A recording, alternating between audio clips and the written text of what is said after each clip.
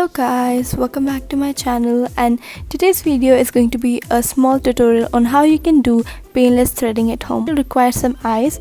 Instead of eating it, just put it onto the areas where you want to thread and then cover those areas using some powder. You can also use baby powder. Then we'll start with making the thread. For that you have to take a long section of thread and just make a knot at the end and just crisscross them like so, and then you are ready to thread. While threading, it's very important to understand how you move the thread and in what direction you're moving it.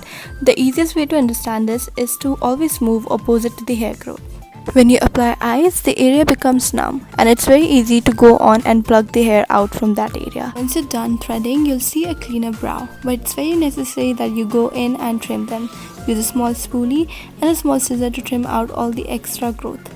Make sure you don't go too close to the area, and voila, beautiful brows. You can also use this technique on your upper lips. Do the same with the thread and again go opposite. If you feel some pain, you can again throw in some eyes and rub it onto your skin and then go ahead with the threading. I hope you guys enjoyed this video. If you did, give it a big thumbs up and share it with a friend who really needs to do their brow and their upper lip. Lots of love guys. Stay home, stay safe.